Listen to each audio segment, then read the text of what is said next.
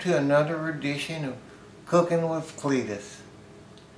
Today I'm going to cook my famous squirrel stew. Squirrel stew's been around in our family for many, many years. My dad used to take me squirrel hunting when I was just a little feller. He didn't take a dog. I'd just climb up in the tree for him and shake the nest. And when those squirrels would take off running, my dad would pop them with his 22. Squirrel has always been a favorite in our family. And today, I hope you enjoy it as much as we do. Cooking with Cletus. Oh boy, squirrel stew. That's what everybody says when they start smelling the kitchen. And nothing says squirrel stew like having the right vegetables to go in your stew.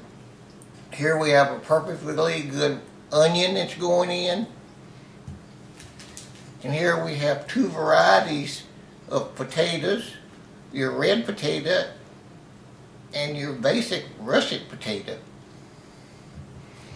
And also you always have to have carrots and celery for your stew. And today we're going to put in Mama's fresh tomatoes that she canned from the garden this year. Boy, these were delicious, Mama. And you can't prepare any stew without having the right equipment. And today we're going to cut up our stew with this knife that was passed down from my grandma on the Marks side. She made many a chicken sandwich with this knife. So I'll begin by dicing up the vegetables. I begin by slicing up the onion. You give it a good cut that way, and you take the unwanted skin off, like so. And this is really a part that you want to be very, very careful as you cut up your onion. Because I've had relatives that have actually lost fingers by cutting up their onion. And you know, I work at the sawmill, and there's been many a feller lose an arm or a leg by not paying attention at the mill. Oh, darn it. See what had happened? Just kidding. I really didn't cut my finger off. But it could happen. So be very careful when cutting up your vegetables, especially when you're using a machete. Sometimes cooking with Mogan David can be very, very helpful in the kitchen. I like to pour me a little bit of it while I'm cooking, and it kind of helps to pass time. Now you can see here, after we've done cutting up the vegetables, how pretty they look. There's your potatoes and your carrots. There's your celery, onion, and peppers. How pretty is that? Oh crap. Junior emptied his pockets in here. Looky there what that boy did. Just don't pay any attention to that business. Now the next thing we're going to do is saute all of these lovely vegetables. As you can see, I'm sauteing the peppers, onions, and celery. And boy, does that liven up a kitchen when you start smelling that goodness.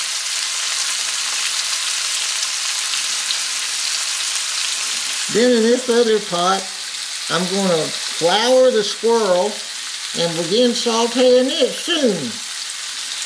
Boy, cooking can be so fun. As you can see, I began cutting up the squirrel. How lovely is this squirrel? This squirrel was home raised on acorns out in the backyard. And I killed this squirrel probably about a couple of weeks ago. And then once I start sauteing the squirrel, I'm going to add just a little bit of Mogan David.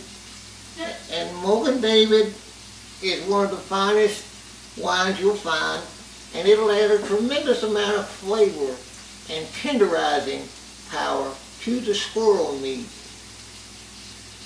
Cooking is so much fun with Mogan David. Here you can see the squirrel has been dipped and dosed in flour.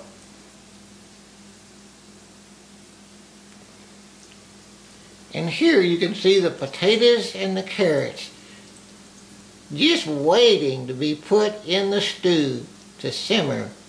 Boy, is that going to be delicious. Oh, and that's just a snot rag. Here you can see the squirrel is simmering in the pot. And over here is the sauteed vegetables that I've turned the heat off because they're ready. What I'll do next, after this little concoction gets heated up good, I'll add the Mogan David, and then I'll add those vegetables, and I'll add some squirrel broth, which I keep, after I boil the squirrel, I keep the broth, and we'll add it back. But we'll get to that in a little bit, kids.